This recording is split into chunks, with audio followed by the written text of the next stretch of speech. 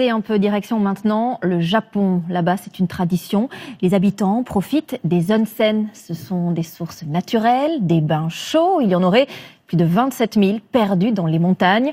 Les Japonais en raffolent et les touristes aussi. Regardez, c'est un voyage relaxant et dans le temps que nous vous proposons avec Arnaud Miguet et Gaël Caron. C'est le plus grand et l'un des plus actifs volcans de l'archipel, le mont Aso.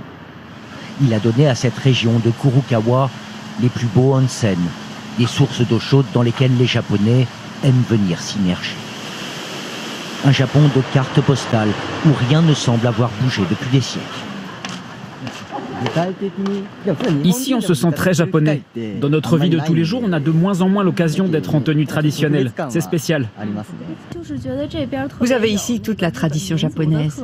Calme, bonne nourriture, bain chaud. Ici, on déconnecte complètement. C'est très relaxant. Paroles de touristes, mais aussi de locaux. Comme Hitomi Morinaga, une enfant du pays. Dès qu'elle le peut, elle se plonge délicatement dans l'une de ces sources thermales, ou onsen, où l'eau est claire et sulfureuse vient de cette terre volcanique. Les onsen, une véritable institution au Japon. Moi, je ne peux pas m'en passer. Depuis qu'on est enfant dans la région, on va dans ces bains thermaux. Aujourd'hui, je viens le plus souvent possible, au moins 2 fois par semaine. Ça fait tellement de bien. Quand j'habitais seule en ville, mon bain était trop petit. Ici, c'est grand, j'ai plus mal et ça me fait du bien. Prendre un bain d'eau chaude quand il fait 8 degrés aujourd'hui à l'extérieur, parfois moins 10 en hiver. Ici, rien de tel pour se détendre. Au Japon, cette ambiance n'existe quasiment plus. Dans les villes, il n'y a que du béton, on vit dans des petits appartements. Ici, vous êtes en pleine nature, c'est le Japon rêvé. Dans les années 60, il n'y avait à Kurokawa que 6 ryokan, ou auberges. Aujourd'hui, il y en a plus de 24. Visite de l'une des plus anciennes, elle date du siècle dernier, avec le maître des lieux. L'endroit a toujours été connu pour ses sources d'eau chaude, la plupart à ciel ouvert. Mais notre propriétaire a eu l'idée de développer des bains pour accueillir les touristes en creusant cette grotte. Résultat, ce petit village de 400 habitants accueille aujourd'hui 400 000 touristes par an, venus du monde entier. Le tourisme thermal se porte bien. L'eau est à quelle température?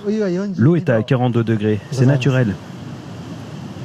Elle a des vertus thérapeutiques. Avant, les paysans venaient après les récoltes pour prendre des bains et soigner leurs blessures et les coupures, car cette eau guérit beaucoup de choses. Riche en soufre, sodium ou fer, ces eaux curatives soulageraient aussi les problèmes de rhumatisme ou de circulation.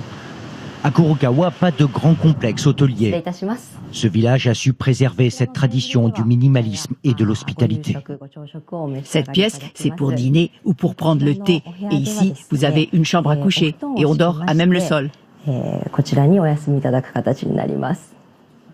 À 250 € la nuit, la suite, on dort bien par terre, mais c'est un luxe thermal absolu. Et là, vous avez votre bain privé. L'histoire de ce village remonterait au XVIIe siècle.